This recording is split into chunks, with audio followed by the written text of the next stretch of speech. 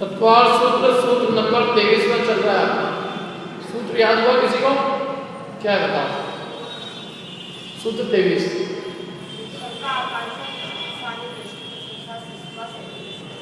हाँ बहुत बढ़िया।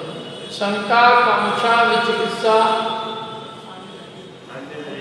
अन्य दृष्टि प्रशंसा संस्तवा सम्यक दृष्टि अतिचारा, है ना? ये 5 अतिचार। जैसे सम्यक के जो 8 अंग है उससे विपरीत ये 8 अतिचार है। 8 में 4 का नहीं, 8 होते ना सम्यक के 8 अंग, 8 अंगों का इन 5 अतिचारों में अपन अंतर्भाव कर सकते हैं। 3 तो स्पष्ट नाम ही है उनके, और बाकी जो 2 है उन 2 में बाकी के 5 गर्भित हो जाते हैं। अमूढ़ दृष्टि, अन्य दृष्टि प्रशंसा में मूढ़ दृष्टि है, और अस्तुतिकरण, अवात्सल्य, अप्रभावना, अनुगुण, ये सब अन्य दृष्टि प्रशंसा और अन्य दृष्टि संस्थाओं में आ जाते हैं। इसलिए ये जो है 5 अतिचार सम्यक के कहे गए हैं। मतलब हम जब किसी अन्य दृष्टि की प्रशंसा कर रहे होते हैं तो हम सम्यक दर्शन को मलिन करते हैं।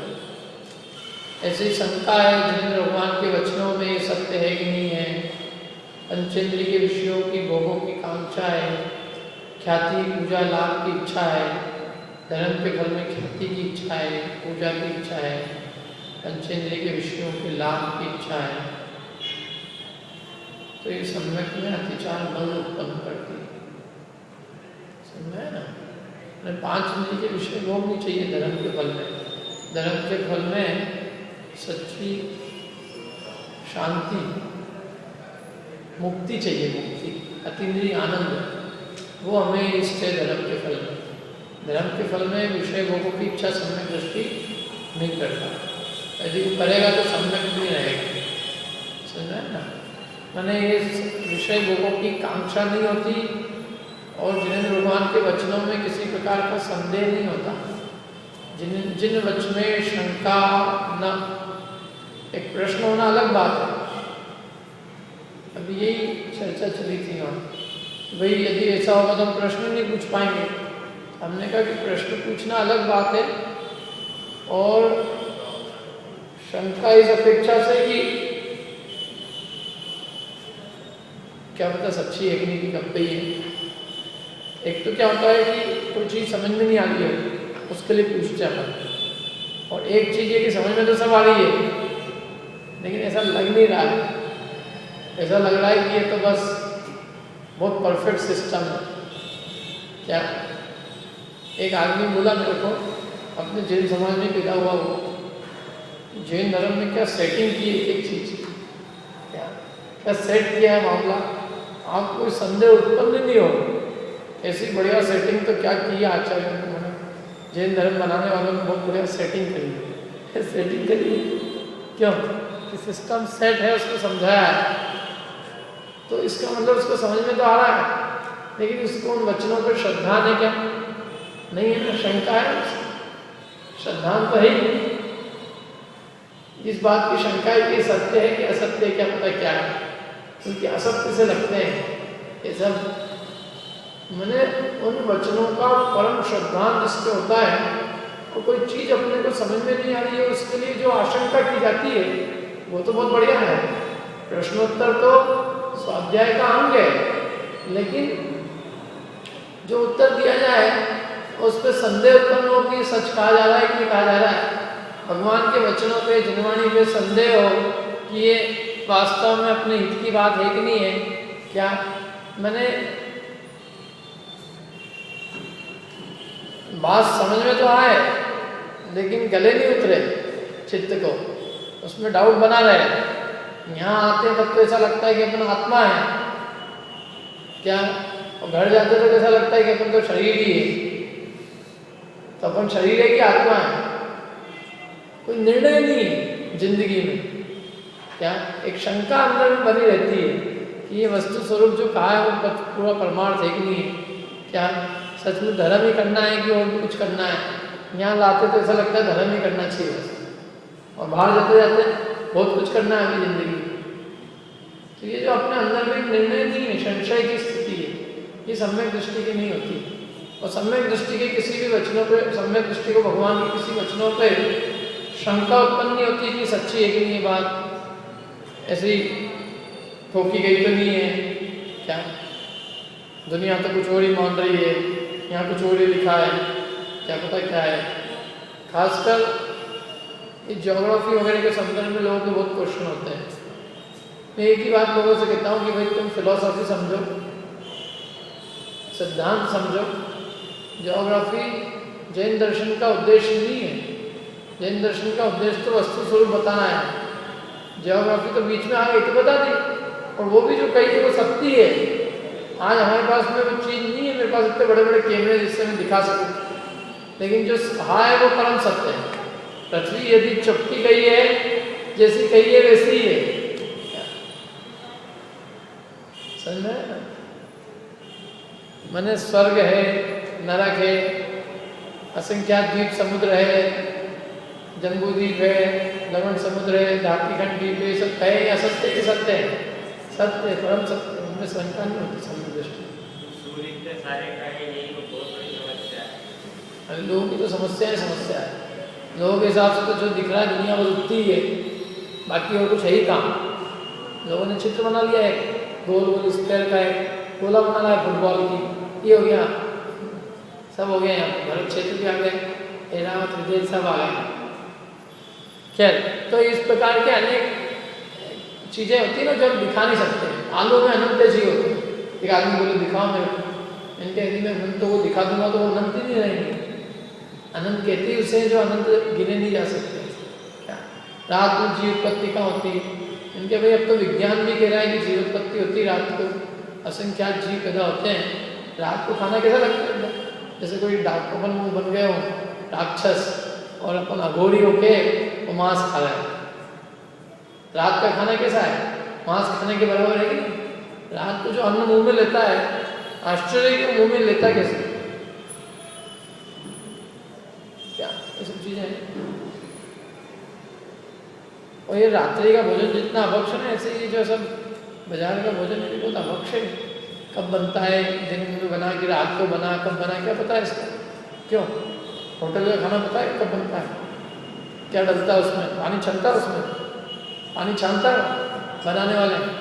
अरे अपने यहाँ की जो रसोइयाँ होती है धर्म की जितनी भी, इनमें कौन सी साफ सफाई होती है? इनमें कौन सा पानी चलता है क्या? इसलिए ये सब जो है ये सब योग्य नहीं है। तो सम्यक दृष्टि को, खैर सम्यक दृष्टि की बात है, सम्यक दृष्टि को इन पर कोई शंका नहीं है। इन बातों पे, इनमें इसमें जीव कहे हैं तो होते कि नहीं, पानी छान के पीने का कहा है तो उससे अपने कुछ लाभ होगा कि नहीं होगा, प्रतिदिन देव दर्शन में कहा है तो उससे अपने क्या फायदा है। आलू में अनंत जीव होते हैं, देखे आपने? किसने देखे? क्यों रोहित, देखे क्या तुमने? मैंने भी नहीं देखे। फिर भी होते कि नहीं होते? कैसे कहा अपन ने कि होते हैं? होता है कैसे कहा? शास्त्र में लिखा है। तो शास्त्र सच्चे हैं कि नहीं है? कि भाई शास्त्र जिनके द्वारा लिखे गए वे अन्यथावादी नहीं है, क्योंकि उनको कोई इसमें प्रयोजन तो था नहीं। उनको कोई अपनी आलू की फैक्ट्रियाँ थोड़ी नहीं बनानी थी, कोल्ड स्टोरेज बनाना था आलू का कि सब लोग नहीं खाएंगे, अपन स्टोर करेंगे और भाव बढ़ा देंगे, बेचेंगे। क्या उनको कोई स्वार्थ नहीं था इसमें? उन्होंने तो अपने हित के लिए बात कही है। और वैसे भी देखा जाए तो जो जमीन के नीचे होंगे, जिनको हवा पानी नहीं मिलेगा, तो उसमें जीव उत्पत्ति होना तो होती है, स्वाभाविक। मिट्टी में नीचे कितने जीव होते हैं? दांत होना था, दांत के बीच में जगह नहीं होती है, और कुछ खाने के अन्न रह जाते हैं वहाँ, कीटाणु अन्न रह जाता है ना, उसको ऑक्सीजन नहीं मिलती है तो कीटाणु पैदा होने लगते हैं, वहाँ कीड़े होने लग जाते हैं। धीरे धीरे वो कीड़े होते होते खराब करने लगते हैं। इसलिए तो कहते हैं दांत साफ करने, खाना खाने के बाद साफ क्यों करने को कहते हैं? दांत शाम को खाना खाने के बाद दांत साफ करना जितना जरूरी है उतना कहते हैं सुबह नहीं साफ करना जरूरी है।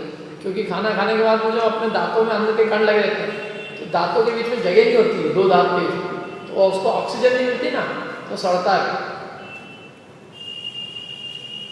तो ये अपन जब दांत के बीच में ही देख रहे हैं कि ऑक्सीजन नहीं मिलने के कारण सड़ रहा है, जल रहा है, कीटाणु पैदा हो रहा है, तो जमीन के नीचे जो चीज़ है उसको हवा नहीं मिल रही है, ऑक्सीजन नहीं मिल रही है तो सड़ेगा, गलेगा, जीव उत्पन्न होंगे। तो इसलिए जमीन के नीचे जितने भी होते हैं जमीन कंद, उनमें अनंत अनंत जीव है, ये बात है। तो इसलिए भगवान के वचनों में सम्यक दृष्टि को शंका नहीं होती, कांक्षा नहीं होती है। दूसरी बात कि वो ये नहीं चाहता कि धर्म के फल में मेरे को ये मिले। धर्म के फल में भोग चाहना ये तो महामूर्खता है। ये तो ऐसा है कि जैसे कोई अमृत से पांव धोना, जैसे राजा के हाथी पे घास का वजन ढोना, लकड़ी ढोना, लकड़ी ढो के भी आजीविका चलाते ना लोगों कितने ही। तो राजा का हाथी तो दिखाए तो ही देखने के पैसे लोगों ने दे दे उसको, और वो क्या काम चालू कर दिया, उसने जंगल से लकड़ियां बीन के लाता है और बाजार में जाके बेचने का काम करता है। ऐसे चंदन का वृक्ष दिया और उसका क्या काम किया उसने, उसको जला के कोयला बना के बेचने लग गए।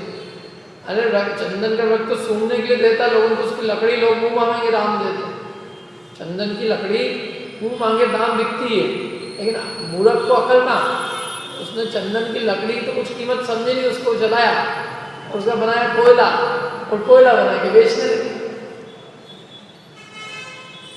क्या जैसे हीरे मिल गए तो हीरो का प्रयोग काय के लिए किया,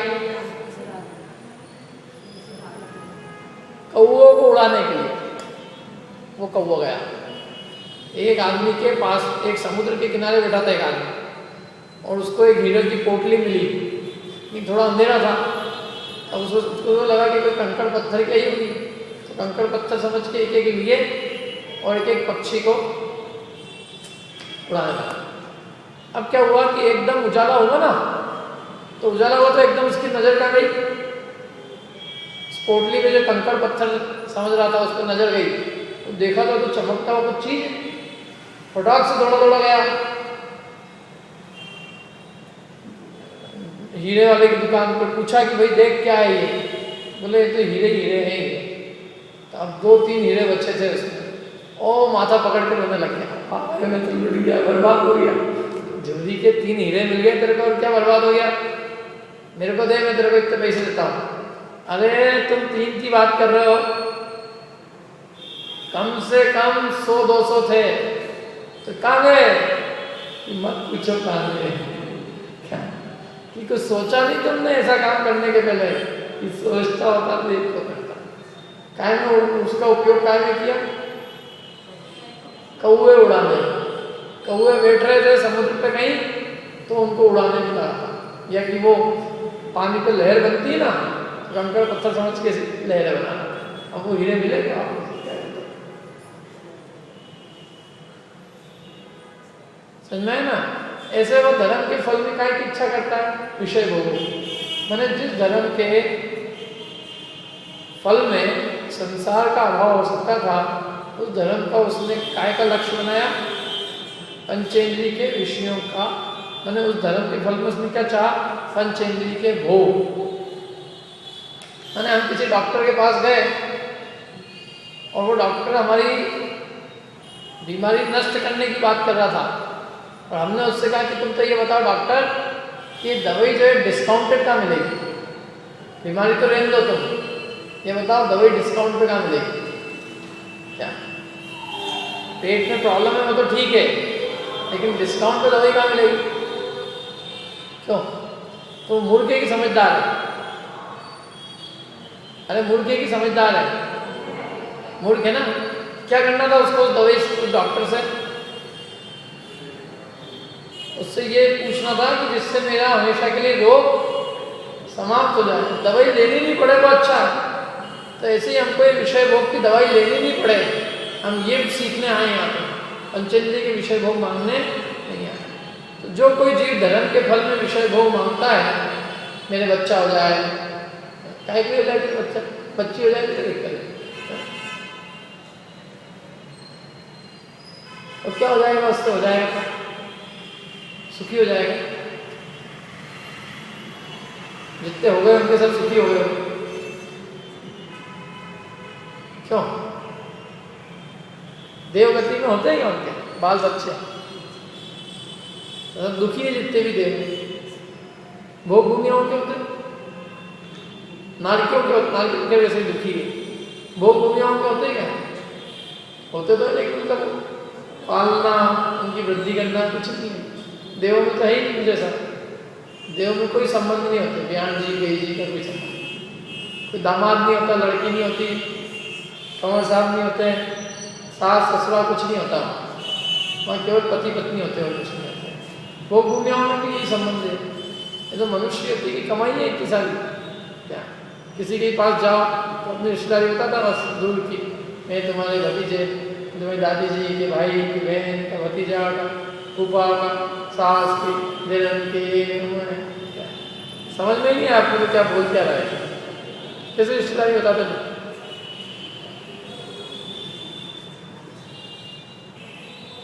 तो इसलिए धर्म के फल में ये सब चाहना ये महा अज्ञान है। दुकान चले, मकान बन जाए, क्या हे भगवान, नेमिनाथ भगवान रोज आपके दरबार में आ रहा हूँ, क्या मेरा इस साल IIT में सिलेक्शन हो जाना चाहिए, क्या तो नेमिनाथ भगवान को ये काम बचा है एक, क्या और तुम इतने सारे आ रहे हो तो किस किस को करेंगे और सिलेक्शन। हर मंदिर में कम से कम उनके पास 100-200 भक्तों की भीड़ है, सबको कर देंगे वो तो वहाँ रिजल्ट ही फेल हो जाएगा।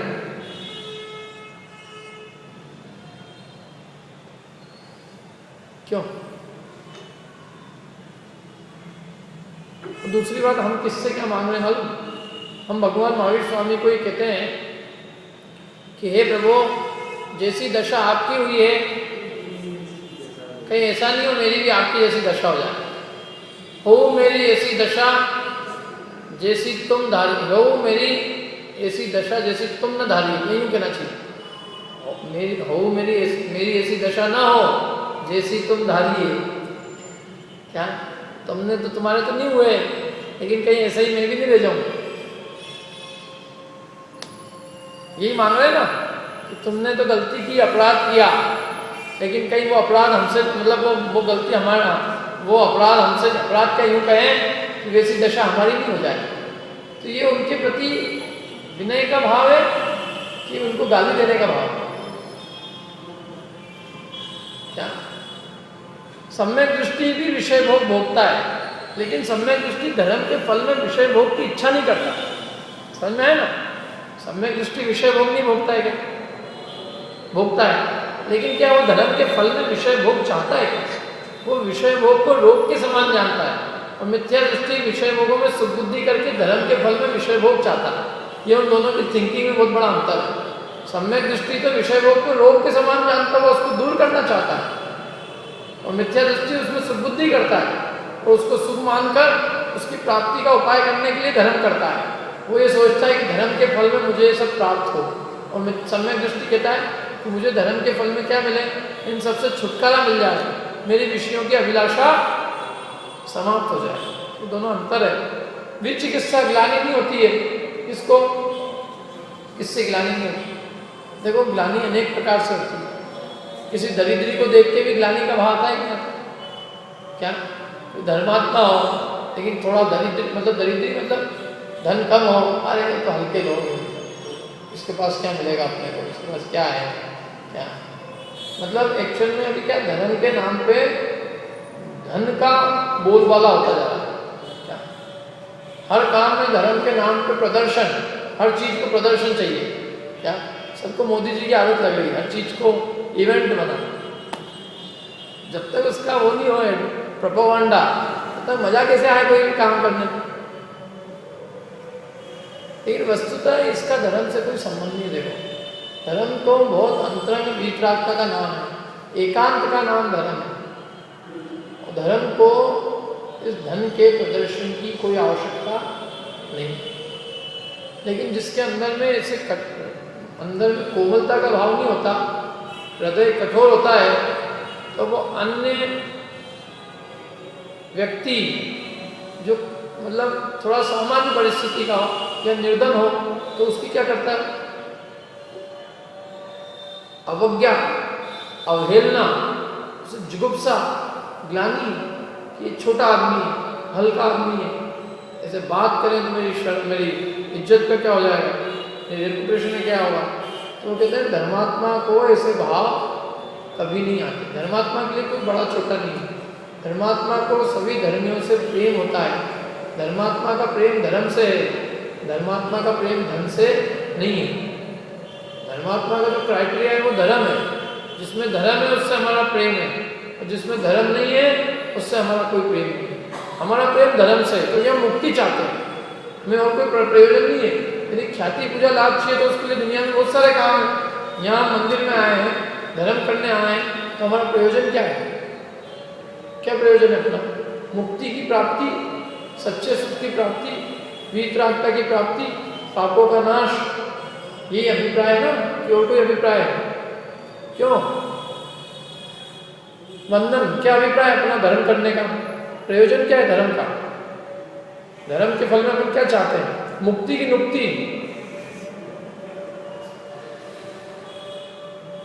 मुक्ति चाहिए ना कि नुक्ति चाहिए? यदि मुक्ति चाहिए तो हमें इन सब बातों से कोई प्रयोजन नहीं कि किसके पास में क्या है क्या नहीं है। क्या हमें एकमात्र ये प्रयोजन है कि वीतरागता अंतरंग में है कि नहीं है। जहाँ वीतरागता है वहाँ हमारे प्रयोजन की सिद्धि है, और जहाँ वीतरागता नहीं है वहाँ हमारे प्रयोजन की सिद्धि है। फिर अन्य दृष्टि प्रशंसा संस्थाओं की तो बात की सही, ये बहुत बड़ा दोष है। क्या अपन जाने अनजाने में करते रहते हैं। कई लोग आजकल टीवी पे दूसरे धर्म के सीरियल देखते रहते हैं, बैठे रहते हैं, बहुत अच्छा खून पी जाओ, खून पीने की सीरियल आते रहते। कोई देवी होती है, उसको गुस्सा आ जाता है, फिर खून पीने लग जाती है, फिर खून की कमी हो जाती है, फिर एक आध रुपये मार डालती है, चलता है, पता नहीं क्या क्या चलते हैं। किसी की आँख खुल जाती तीसरी, और बस और लोग देखा करते हैं आराम से, बच्चे देखा करते हैं, और बच्चों में संस्कार जम जाते हैं। कई जैनी लोग सीढ़ी बनाते थे, सीढ़ी पीढ़ी, क्या जाना ही नहीं जाना, सिंह से जाने और कुछ नहीं।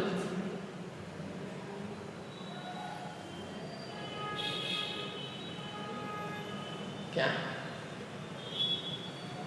यहाँ का खान नदी का पानी जाता है और ट्रीटमेंट होते हैं, वहाँ नहाने जा रहा है। अभी बरसात होगी, अभी नहीं, 2-4 टब इकट्ठे कर लो, घुस जा रही है, उसमें क्या है, नहाना है। मिथ्यात्व का प्रचार प्रसार किया ना अपन ने, मजाक के त्याग नहीं किया। अन्य मत के मेले ठेले में जाना मतलब उसकी अनुमोदना है, क्या कि रहित मिथ्यात्व, उसका पाप लगता है, क्योंकि उसमें है क्या, वहाँ विषय कषाय के अलावा वो की बात है। कोई कड़ी खिला रहा है, कोई खाना वाना खिला रहा है, किसी ने 25 करोड़ का टेंट बना रखा है, किसी ने सोना पहन रखा है, किसी ने चक्कू ले रखे हैं, कोई क्या है, कोई क्या है, किसी ने बालों की चोटी है, कोई राख पहने हुए, राख लपेटे हुए हैं, तो कोई बाल की आँख खाए हुए, मृग की छाल ओढ़े हुए हैं, किसी के नीचे लंगोट है, किसी की धोती है, किसी की क्या है।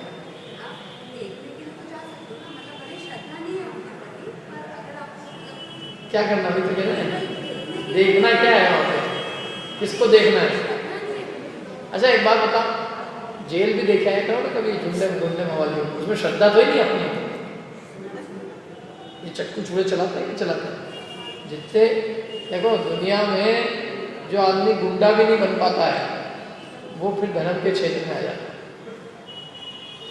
क्योंकि यदि वो, क्योंकि यहाँ क्या है कि यहाँ कोई क्वालिफिकेशन नहीं चाहिए, नील, खासकर हिंदू बाबा में करना क्या है कि यहाँ सरोदे भंडार है, वहाँ पे फैंसी ड्रेसेस मिलती है, एक बाबा की ड्रेस पहनो और कल से बाबा, क्या। और लोगों को विवेक तो नहीं, मैं तो कहता हूँ ये कुर्ता है ना, यदि मैं इसमें इधर और इधर छेद करके आने लग जाऊँ कल से, और 2-4 जन चमचे तो कल से प्रकाश बाबा हो जाएंगे। बड़ी बात थी। पब्लिक तो इतनी मूर्ख है कि उनको कुछ भी नया देखने को चाहिए।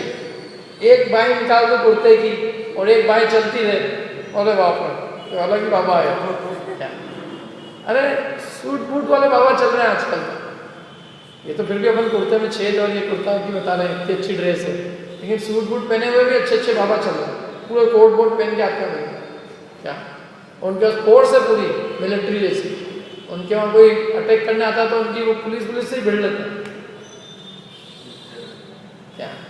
बड़े बड़े बाबा हैं। तो इसलिए बाबा तो आजकल अपने देश में सबसे इजी जॉब है। मैं तो लोगों से कहता हूँ तुम भी IIT की मेहनत करते हो, ये सर्वोदय भंडार है यहाँ पे। इसे ड्रेस खरीदो और थोड़ा घूमो और थोड़ा थोड़ा बोलोगे तो अपने आप बोलने की भी आदत बन जाएगी। तुम 20 साल में नहीं कर पाओगे जो काम, तो जितना IIT ने सब तुम्हारे चरणों में आएंगे, तुमको आशीर्वाद देना है इनको। क्या जितने भी परीक्षा में परीक्षा देने वाले होंगे ना, तो तुम्हारा थोड़ा नाम हो गया, थोड़ा मीडिया में थोड़ा अच्छा, तो ये सब तुम्हारे चरणों की धूल लेके परीक्षा देने जाएंगे। जबरदस्ती इतनी मेहनत कर रहे हो, चार्टर्ड अकाउंटेंट की और इसकी उसकी।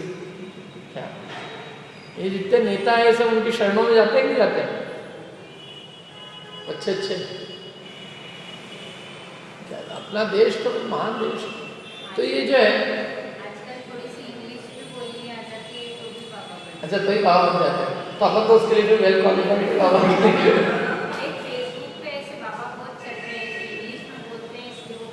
अच्छा।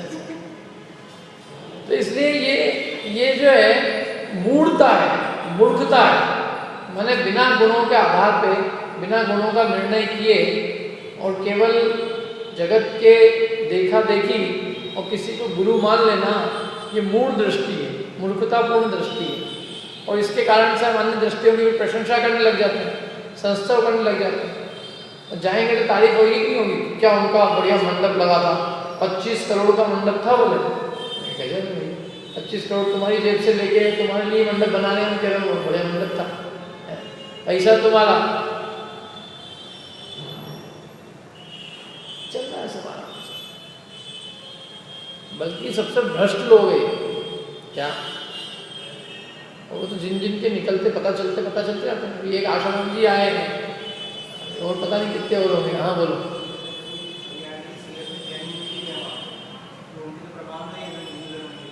किसकी प्रभाव है? हाँ हुई ना, तो मैं तुमको जाने के लिए मना कर रहा हूँ। अब वो जाए तो उनको सही रोकना हो सकता है। वास्तव में क्या है, देखो सिंहस्थ वगैरह जो भी किसी भी अन्य धर्म के प्रोग्राम में जाना, ये एक्चुअल में उस धर्म की प्रभावना में सहयोग देना है। अपने को सहयोग देना हो तो अपने जिन धर्म की प्रभावना में दो। जिन धर्म के इतने सारे प्रोग्राम होते हैं, अपने यहाँ पे भी तो सब होते हैं ना। अभी 2 साल बाद अभी होगा, वो 12 साल बाद होता है ना महामस्त का विषय, वहाँ जाओ अच्छे से, उसमें सबको बुलाओ, बहुत बढ़िया बात। वहाँ श्रवण बेलगोला में होगा, बढ़िया। अन्य दृष्टि की प्रशंसा नहीं की जा सकती। मैंने मिथ्या दृष्टियों का न तो व्रत न तप, उनके कुछ नहीं है, सब निस्सार है क्या। इसलिए उसकी किसी भी रूप में प्रशंसा आदि करना, उनके किसी भी कार्यक्रम में उनकी जाना, उनकी अनुमोदना है, उनकी सराहना है। आप यदि किसी भी महामस्का विषय का कहीं भी प्रोग्राम में जाते हो तो अपन नहीं समझते ना अपन पुण्य अर्जित हो रहा है, तो उनके प्रोग्राम में जाओगे तो पाप नहीं होगा क्या? यदि अपने में जाने से पुण्य होगा तो उनके जाने में कुछ नहीं होगा, तो अपने जाने में भी कुछ नहीं होगा। तो जैसा भाव, जैसे अपन ने यहाँ आके अनुमोदना की है तुम अच्छे काम की, तो वहाँ खोटे काम की अनुमोदना की। तो अतिचार है 5, देखो पढ़ लिया था ना अपन ने। अब आगे चलते हैं अपन। सम्यक दृष्टि के अतिचार, क्या इसी प्रकार व्रत और शीलों के भी अतिचार होते हैं? सम्यक दृष्टि के तो अतिचार कहे, क्या व्रत के भी अतिचार होते हैं? कौन से व्रत? 5 अनुव्रत के 5 महाव्रत, माने 5 पापों के त्याग रूप जो व्रत है, क्या उनमें भी कोई दोष लगते हैं? क्या जो शील व्रत है ना 7 प्रकार के, क्या उनमें भी कोई दोष लगते हैं, अतिचार होते हैं? हाँ होते हैं। यह कहकर अपन अतिचारों की संख्या का निर्देश करने के लिए आगे का सूत्र कहते हैं कि उन अतिचारों की संख्या कितनी है। माने अतिचार होते हैं, सीधे अनाचार नहीं होगा। पहले क्या होता है? अतिचार, फिर वही अतिचार धीरे धीरे क्या हो जाता है? अनाचार। कोई भी आदमी एक दिन में भ्रष्ट नहीं होता। कोई आदमी ऐसा नहीं कि आज रात को तो अच्छा था और सुबह डाकू हो गया।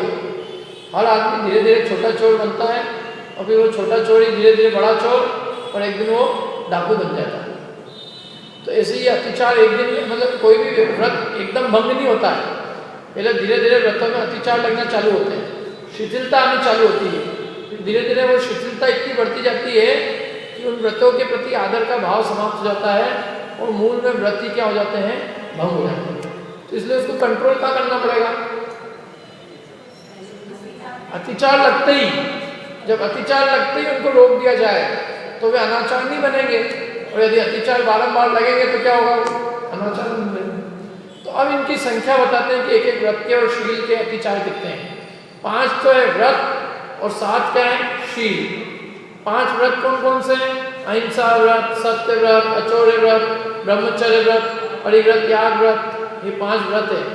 और 7 शील है जो इन व्रतों की रक्षा करते हैं। दिग्व्रत, देशव्रत, अनर्थदंड व्रत, सामायिक, रोषोदोपवास, भोगोपभोग परिमाण, अतिथि समीपा, ऐसे 7 शील व्रत हैं। तो इनके अतिचार करते हैं। व्रतशीलेषु पंच पंच यथाक्रमम्, व्रतशीलेषु पंच पंच यथाक्रमम्, व्रतशीलेषु पंच पंच यथाक्रमम्। व्रत और शील में 5-5 यथाक्रम से अब कहेंगे। इस सूत्र में कुछ ज्यादा समझाने का कुछ नहीं है, एक ही बात कह रहे हैं यहाँ पे तो कि अतिचार कितने हैं, 5-5। ये यूनिवर्सल है, तत्वार सूत्र नहीं। आप कोई सा भी ग्रंथ पढ़ो, चाहे रत्नगढ़ शाहुकाचार पढ़ो, चाहे पुरुषार्थ सिद्धि पाय पढ़ो, चाहे आप अमित गति शाहुकाचार पढ़ो, चाहे वसुनंदी शाहुकाचार पढ़ो, चरणादियोग का कोई भी ग्रंथ पढ़ो, आपको एक चीज कॉमन मिलेगी, एक चीज सब ग्रंथों में समान मिलेगी। क्या समान मिलेगी, अतिचारों की संख्या समान मिलेगी। अतिचार समान नहीं मिलेंगे, अतिचार तो कहीं अलग है, लेकिन जो संख्या है अतिचारों की वो सब जगह समान है।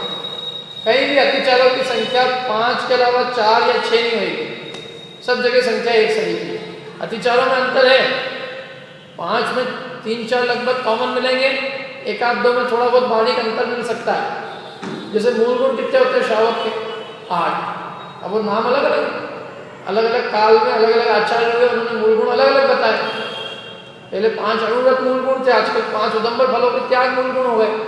ये शिथिलता हो गई ना चरणानियों में, मैंने अपने आचरण में, तो इतनी शिथिलता हो गई कि जो 5 व्रत पहले मूल गुण थे, अब 5 उदंबर फलों के त्याग मूल गुण हो गए। जो 5 उदंबर फल अपन कभी सपने में भी नहीं देखते हैं, वो मूल गुण बन गए, जबकि वो कोई चीज ही नहीं थे। असली मूल गुण तो 5 पापों का त्याग था, लेकिन ये अपनी आचरण की शिथिलता होने से मूल गुण के संख्या में नहीं तो उनके स्वरूप में बदलाव आ गया। तो ऐसे अतिचार में भी थोड़ा बदलाव तो है, लेकिन अतिचारों की संख्या में कोई बदलाव नहीं। सब जगह अतिचार कितने हैं, 5, फिक्स 5। तब कितने सूत्र चलेंगे बताओ। हर व्रत के एक अतिचार, हर व्रत के 5-5, हर सूत्र में एक सूत्र में एक व्रत के 5-5 अतिचार बताए जाएंगे। क्या कुल कितने व्रत हैं, 12, और एक सूत्र में एक व्रत का 5 अतिचार, तो 12 व्रतों के अतिचार बताए जाएंगे। कुल कितने अतिचार हो जाएंगे, 60 अतिचार। कितने सूत्र चलेंगे, 12। पढ़ता हूं मैं। व्रतों और शीलों में 5-5 अतिचार है, जो क्रम से इस प्रकार है।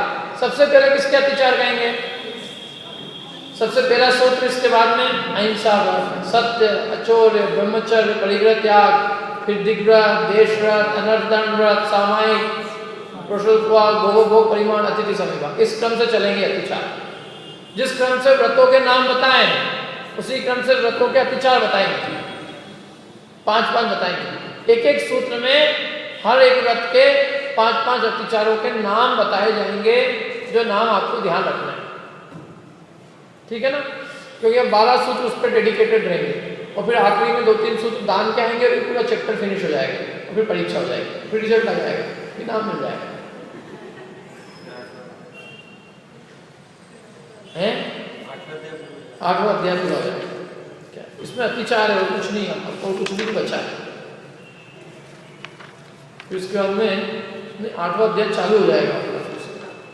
अंत में तो आखिरी में फिर संलेखना के भी 5 अतिचार का है, एक सूत्र उसका भी है, और दान के 2 सूत्र है, ऐसे 3 सूत्र बचेंगे। मैंने 12, एक संलेखना का अतिचार वाला 13, और 2 दान के 15 सूत्र बचे हैं। अभी कितने हो गए कुल, 24 हो गए ना, तो 15 और कुल कितने हो गए सूत्र इसके, 39,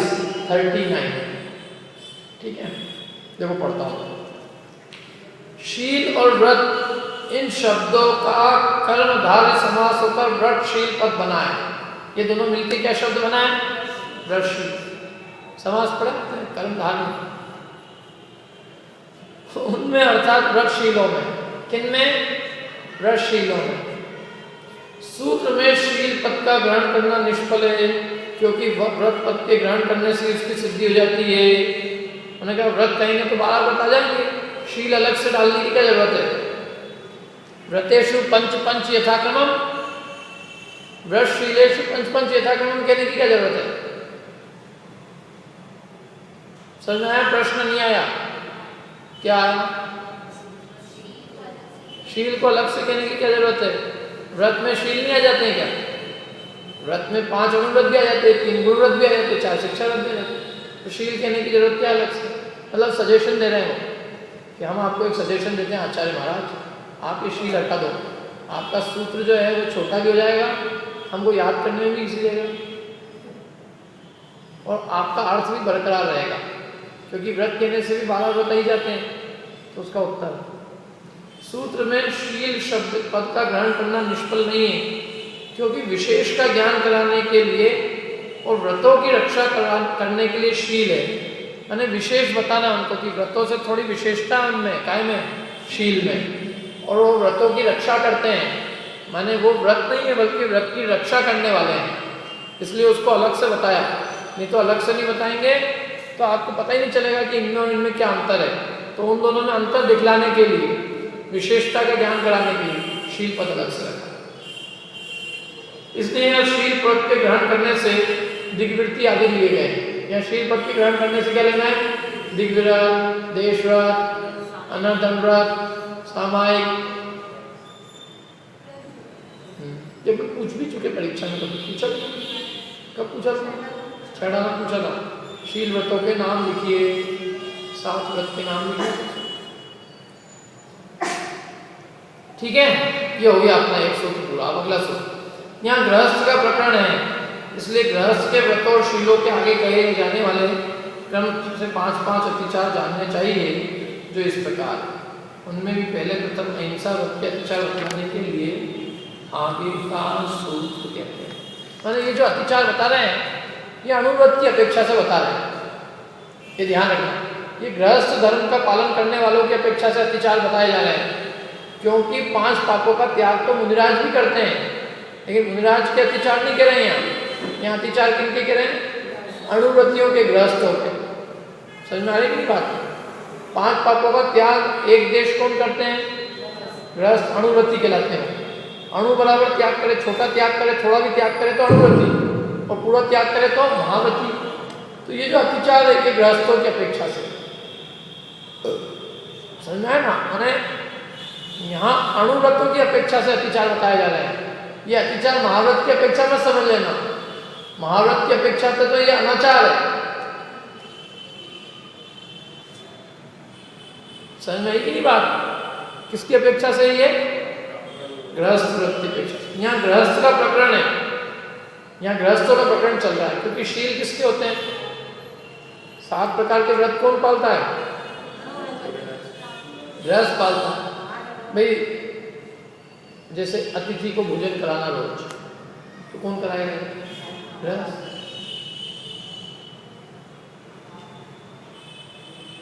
ऐसे ही भोग का परिमाण करना, क्योंकि गृहस्थ के दिग्वृत्ति, देशवृत्ति, अनर्धन व्रत, सामायिक, कौशल, सब गृहस्थ के व्रत है। ये 7 जो शील व्रत है किसके हैं? गृहस्थ के। तो यहाँ गृहस्थ का प्रकरण है, इसलिए गृहस्थ के व्रतों और शीलों के आगे कहे जाने वाले क्रम से 5-5 अतिचार जानने चाहिए, जो इस प्रकार है। उसमें सबसे पहले कौन सा व्रत है? अहिंसा व्रत। अहिंसा में अणुव्रत है कि दिग्व्रत है? महाव्रत। किसके व्रत 6 अतिचार बता रहे हैं? अहिंसा अनुव्रत के क्या अहिंसा महाव्रत के? अहिंसा अनुव्रत। उसमें पहले अहिंसा व्रत के अतिचार बतलाने के लिए आगे का सूत्र कहते हैं, बंद वदत छेदाति भावारोपण अन्नपान निरोधा।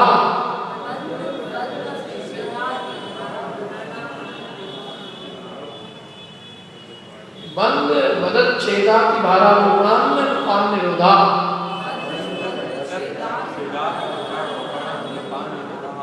देखो इसको तोड़ तोड़ के पढ़ता है। बंद, बंद करना माने बांध देना। बंधन में डाल देते ना किसी को, अपने एक जगह से दूसरी जगह जाने से रोकना हो तो क्या कर देते हैं, उसको बांध देते हैं, कमरे में बांध देते हैं, चेन से बांध देते हैं, रस्सी से बांध देते हैं, साकल से बांध के क्या रखते हैं, जेल में रखते हैं कि रखते हैं, अथवा जेल के बाहर सला के लगा देते हैं तो वो अपने घर नहीं जा सकता। क्या जहाँ उसको जाना हो, जहाँ उसकी मर्जी वहाँ नहीं जा सकता। भाई जेल में बंद करने का क्या मतलब है कि अपनी इच्छानुसार मनमानी जगह पे जाने से रोकना। तो ऐसे तिरंचों को भी बाड़े में बंद कर देना। पहले जानवर पालते थे ना लोग, ये अत्याचार उस अपेक्षा से करें, ठीक है, बहुत कॉमन है, मतलब बहुत जनरल, बहुत स्थूल है अत्याचार। क्या है कि अपने जो व्रतों का वर्णन है वो सब प्राणी मात्र के लिए। कोई किसान आदमी है, वो भी अहिंसा व्रत पालन करना चाहता हो तो उसकी अपेक्षा से भी ये व्रतों का वर्णन किया है। और उसके हिसाब से क्या अत्याचार है, क्या माने एक सामान्य व्यक्ति भी व्रत पाल सके तो अब वो व्रत पालेगा तो वो क्या बातों का ध्यान रखे। तो उसको ये तो आप कह नहीं सकते ना कि तू सारे जानवरों को छोड़ दे, क्यों कह सकते हो क्या? जिसकी आजीविका ही किसानी है, गाय का दूध बेच के जो जीविका चलाता है, तो वो क्या करे? तो उसको भी अहिंसा व्रत का पालन कराना है ना, तो उसको कह रहे हैं कि देख तू इनको बंधन में डालता है ना तो इनका अत्याचार है। यद्यपि तेरे से संभव नहीं है, लेकिन फिर भी अत्याचार मानना इसको कि अत्याचार है, इनसे इनको कष्ट होता है, इन जानवरों को, इनको मनमानी इच्छा पे मनमानी जगह जाने से रोकने में इनको कष्ट होता है कि नहीं होता? बताओ। एक्चुअल में सबसे बहुत बड़ा पाप है ये तो। क्या कई लोग पालते कि नहीं पालते हैं, पिंजरे में किसी पक्षी को बांध के रख देंगे, कुत्ते बिल्ली पाल लेंगे, क्या, और कुत्ते को चाहिए, कुत्ते लल करता रहता है, Tony Moni Tony Tony Tony Tony, पता नहीं चलता आदमी को बोल रहे हैं कि बच्चे को बोल रहे हैं, कुत्ते को बोल रहे हैं। अपने देश में बच्चे ही पालना कितने मुश्किल हो रहे हैं, और लोग कुत्ते पाल रहे हैं।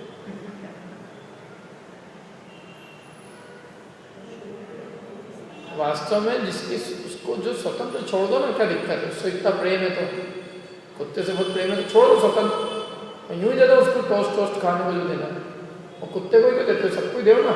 कुत्तों से ऐसा विशेष प्रेम क्यों है? कुत्ता बनना है क्यों? सबसे प्रेम करो ना, सब जीव है कि नहीं? और वो चूहा जीव नहीं है, वो कुत्ता तो चूहे को खा जाता है, मार देता, दिखते उसको छोड़ता तो ही नहीं। कुत्ते को चूहा दिख जाए और वो पकड़े नहीं, संभव ही नहीं। छोटे छोटे कीड़े खाता रहता, ढूंढ के रात को ढूंढता रहता, रात भर। बिल्ली खा जाता है, पकड़ लेता है, सूरों को खा जाता है, बाप रे। अरे अपना ये दूसरे कुत्तों के बच्चों को मार डालते हैं, छोटे छोटे बच्चों, आदमी के, बहुत खतरनाक है प्राणी कुत्ता।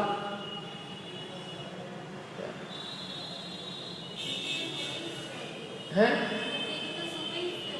कैसे?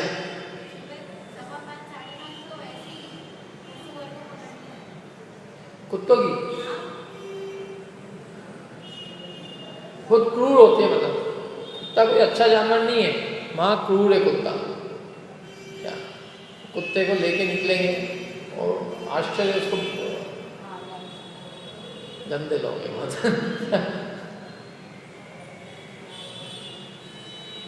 और कुत्ता घर के अंदर मलमूत्र करेगा तो उसको सो लेंगे, और उसमें अपना महान, देखो हम कुत्ते की गंदगी से रहे हैं,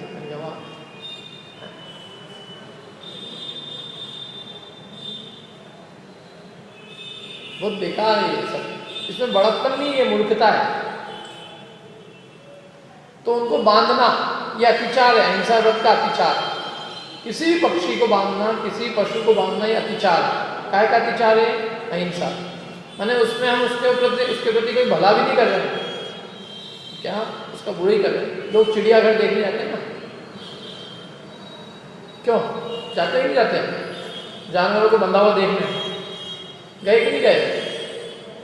कोई नहीं गया आज तक, किसी चिड़ियाघर नहीं देखा? अरे आप तो आपसे नहीं, इनने भी सबने देखा है, चिंता मत करो। कोई भी नहीं ऐसा होगा जिसने नहीं देखा हुआ आज तक। है कोई ऐसा जो आज तक चिड़ियाघर, किसी भी दुनिया के किसी चिड़ियाघर में नहीं गया? अरे बचपन में तो सबने ही देखे, मैंने भी देखे, चिंता क्यों कर रहा हूँ? बचपन में अपन सब गए हैं ना, लेकिन वो दोष एक नहीं है कि अच्छा काम किया अपन, मतलब सब तरह के जानवर, बेचारे जानवरों को जंगल में छोड़ो ना, यहाँ अपने दिखाने के लिए उनको बांध के रखने की जरूरत, और वो सब देना पड़ता है उसको। शेर को पकड़ के रखते हैं, शेर को मांस देते हैं, क्या बेकार। तो ये अतिचार है, उनको जंगल के जानवरों को या किसी भी जानवर को बंधन माने बांध के रखना, उसको स्थान पर जाने से रोकना, और फिर उसके लिए पैसे देना। अपन पैसे देते जाते हैं, देख अपने लिए भी कर देते हैं सर। क्यों? आपको मैं एक सलाखों के पीछे बंद कर दूँ और आपके लिए 10 रुपये का टिकट लगा दूँ, और आपको लोग देखने आए और आप देखते रहो। अगला है बंद के बाद है वध। वध माने उनको चाबुक से पीटना, मारना। वध माने पीटना, मारना, ये अतिचार है हिंसा का, उससे उसको पीड़ा होती है, नहीं होती? कई लोग तो इसलिए हाथियों पे नहीं बैठते। क्या? एक आदमी ने तो शादी के अंदर मना कर दिया, तो हाथी पे नहीं बैठेगा। तो लड़की वालों का शादी में नहीं हो, तो नहीं हो, हाथी भी नहीं बैठे। गजब है। बोले क्यों इतनी पीड़ा दूं मैं? हाथी को पीड़ा देने से क्या सकते? यदि अब तो बंदी हो गई ना शायद आजकल हाथी को। अच्छा अलाउ नहीं शहर, तो गाँव में जाके निकाल सकते हैं? बंद हो गया ना अब तो, पहले निकाल देते। अब बेचारा वो हाथी, उसको चाबुक से, उसको अंकुश से मार दो, खून लगा, क्या करें? घोड़ों पे निकालते हैं। घोड़ा तो फिर भी खैर उसको खाना वाने को दाने, क्या होता है, घोड़े के ऊपर भी बैठना अच्छा नहीं, जानवर के ऊपर बैठना अच्छा है। कल से अपने ऊपर भी बैठ के निकले तो किसी को भी पीड़ा देना, और वो भी शादी के नाम पर, पैदल चलो, कहाँ को चलो? खैर अब जो भी व्यवस्था है, पर अतिचार है। मैंने किसी भी जानवर पर सवारी करना कोई अच्छी चीज तो नहीं है कि अच्छी चीज है, वध है ना उसका। ऐसे कोड़ों से मारना, चाबुक से मारना, क्या लाठी से मारना, सब अतिचार। देखो लिखा है इसमें, किसी को अपने इस स्थान में जाने से रोकने के कारण को बंद कहते हैं, और डंडा, चाबुक, बेत आदि से प्राणियों को मारना, ये वध है। ज्यादा हाथ पर चलाने लग जाना अपने घर पे ही। किसी गुस्सा बहुत आता है, तो गुस्सा आता है तो कई लोग अपने पर कंट्रोल नहीं कर पाते, उनके हाथ पर चालू हो जाए। और ज़्यादा नहीं होता है तो फिर वो लकड़ी वकड़ी के लिए आते कैसे, और फिर घर में हथियार चलने लग जाते क्या। लेकिन ये सब बुरी चीज़ें हैं क्या। और कोई भी हो बेचारा, कोई कमज़ोर हो, अपना छोटा भाई हो, पत्नी हो, बहन हो, भाई कोई भी हो, उन्हें किसी को भी शरीर से मारना, पीटना, ये बहुत अहिंसा व्रत का घातक है, और ये बहुत बुरी आदत है, इसको बंद करना। ज़्यादा चलाना हो, बहुत गुस्सा है तो बात कर सकते हैं, मुंह से बोल सकते हैं, लेकिन हाथ पैर चलाने तक की स्थिति आ जाए तो मतलब बहुत ही अंदर में कषाय तीव्र है। तो व्रती के लिए यदि ये होता हो तो वो उसके लिए अनाचार है।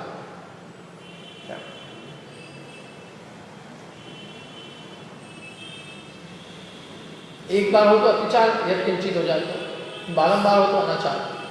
इसमें इष्ट स्थान में जाने से रोकने के लिए कहा है, मतलब अगर जैसे किसी के लिए कहीं जाना, इष्ट माने कहीं भी जाना।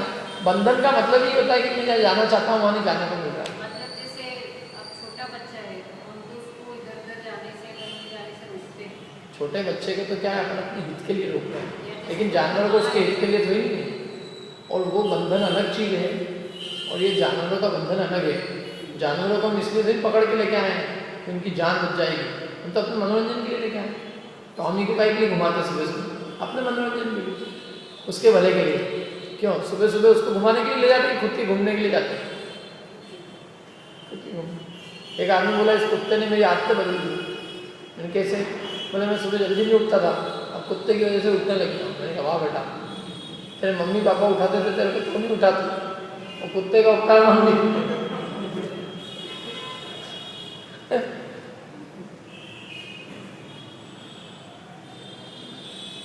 तो ये अतिचार है। कहीं भी जाने से रोकना अतिचार है। कैसे मारना? डंडे से, चाबुक से, बेत आदि से प्राणियों को मारना वध है। वध का मतलब मार डालना नहीं है यहाँ।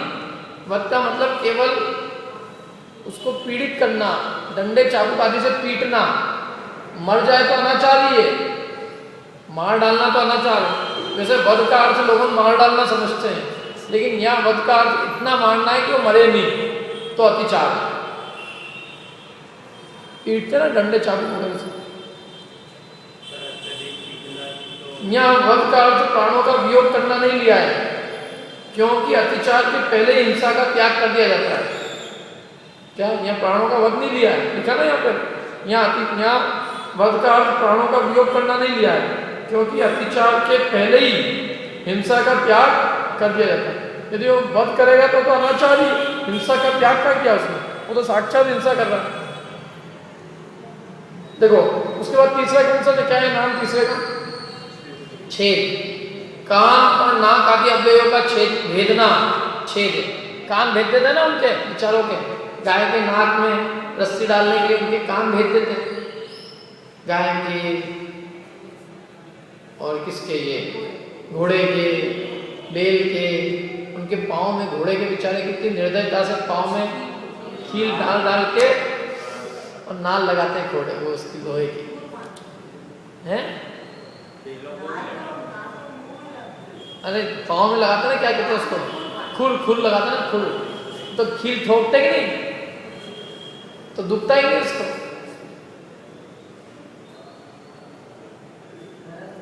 बहुत दर्द करता भयंकर बेचारा, क्या करे, लेकिन किसको कहे। हाथ पैर दुखने लग जाते हैं, नहीं तो भी आदमी उनके ऊपर बोझा लाते रहता है, लेकिन आगे आएगा। ये सब अतिचार। देखो ये अतिचार जो है ये एक्चुअल में मतलब किसी भी रूप में, जैसे भी आगे वो कहेंगे, फिर आगे मैं पढ़ता हूँ तभी बात करेंगे उसके। यहाँ तक तो समझ में आ गया ना। अब आगे देखो, उचित भार से अतिरिक्त भार का लादना अति भारारोपण है।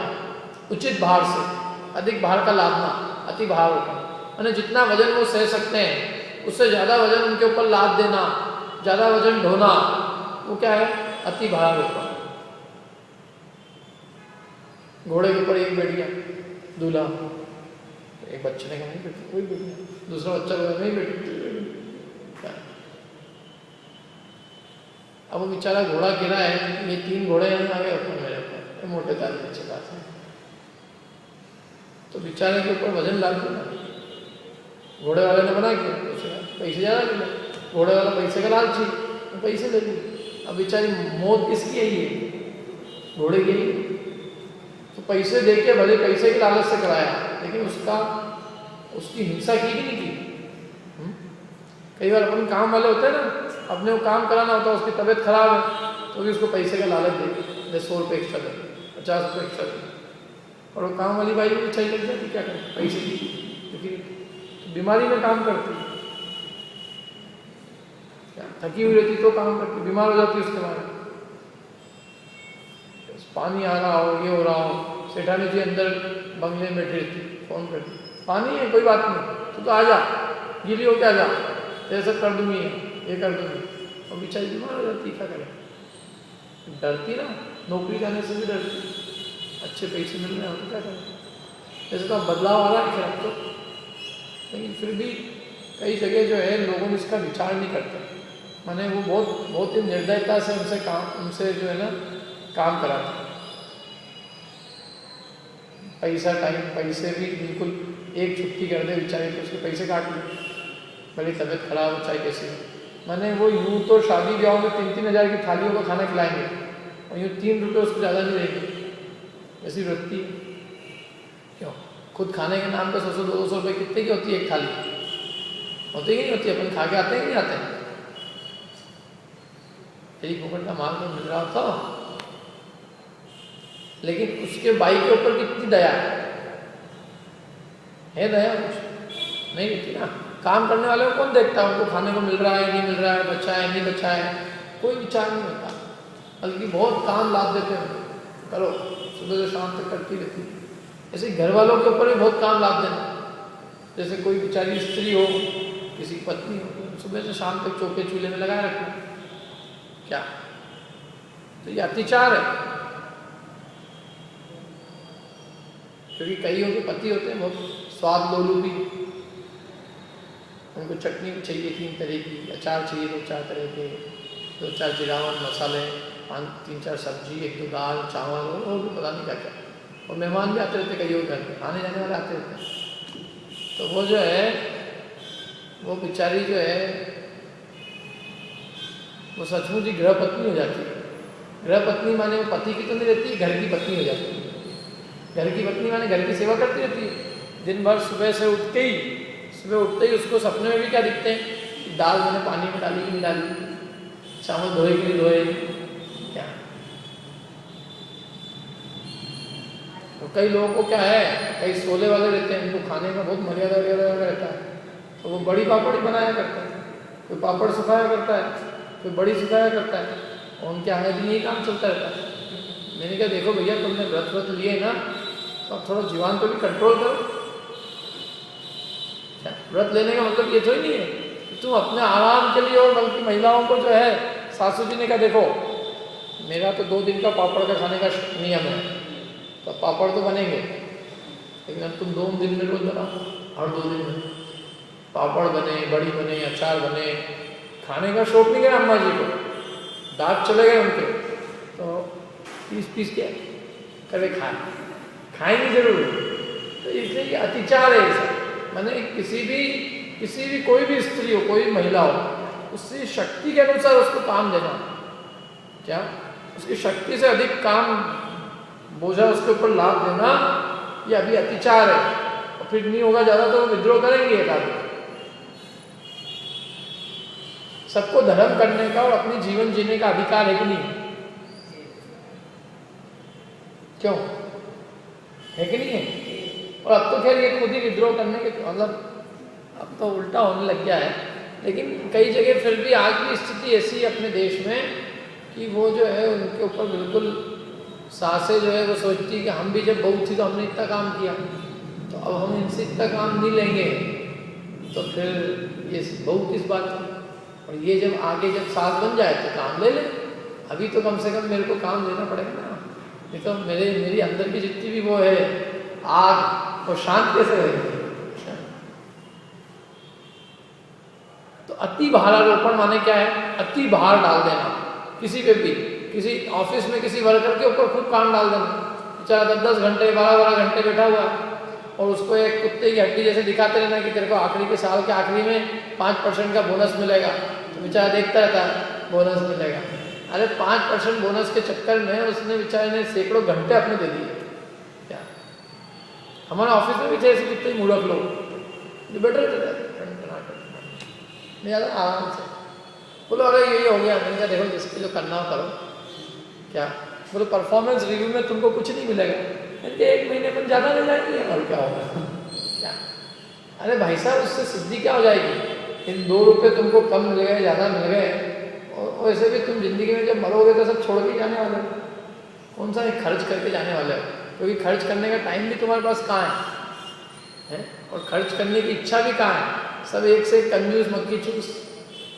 क्या तो ये सब जोड़ के रख के किसके लिए जा रहे हैं? इन करते हैं लोग अपनी शक्ति का विचार किए बिना। देखो अपने को जिंदगी में जो समय मिले ना, 8 घंटे से ज़्यादा अपने को धन कमाने के लिए नहीं। यदि जो आदमी 8 घंटे से ज़्यादा धन कमाने में लगाता है तो वो अपने लिए अति भारारोपण करता है, समझ में? और दूसरे को भी ज़्यादा लालच दे के उसको यदि काम कराता है तो अति भारारोपण है। और अंतिम में अन्नपान निरोध, गो आदि के भूख प्यास में बाधा कर अन्नपान का रोकना अन्नपान निरोध है। बेचारे किसी को खाने से रोकना, पीने से रोकना, जैसे काम वाली भाई प्यास लग रही है, अभी तू ये काम निपटा देते, फिर भूख लग रही, अभी ये काम कर ली, एक टाइम का खाने छुड़वा देते। कहीं भी कभी अपने लिए करते हैं ना, दुकान चल रही है अच्छी दिवाली के टाइम पे, तो लोगों उपास ही कर लेते हैं। एक आदमी ने मेरे से कहा कि मेरे सबसे अच्छे उपास दीपावली के सीजन में होते हैं, पता ही नहीं चलता कैसे उपास होते हैं। तो वो उपास है कि उपास के नाम पे लंघन है, लंघन, लेकिन उपास में तो ऐसे किसी को जबरदस्ती रोकना, किसी के अन्न पान का निरोध करना, माने उसको टाइम पे खाना पीना नहीं देना। खास कर जानवर वगैरह पालते हैं ना, तो इनको ध्यान रखना पड़ता है। यदि ध्यान नहीं रखे, भूल जाए तो दोष लगता है। इसमें आदिनाथ भगवान का उदाहरण आता है ना, उन्होंने उनके मुंह पे कपड़ा बांधा और भूल गए कि ये खा नहीं जाए, तो उन्होंने उसके अन्न पानी को रोका ना, बाद में उन्हें भी नहीं मिला, 6 महीने तक हाथ की विधि नहीं मिली।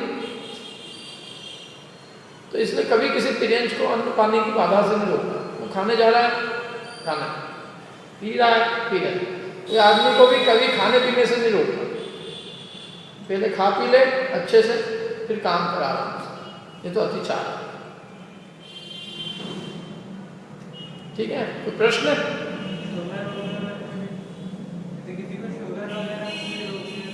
अरे वो एक अलग चीज है, वो तो अपन उसके हित के लिए रोक रहे हैं। शुगर वाले के एग्जाम्पल दे, जैसे तो उन्होंने बच्चों के लिए पूछा, देखो अपने प्रयोजन क्या है उसमें क्रूरता नहीं है, और इसमें स्वार्थ है। किसमें स्वार्थ है? अन्न पानी से रोकने में।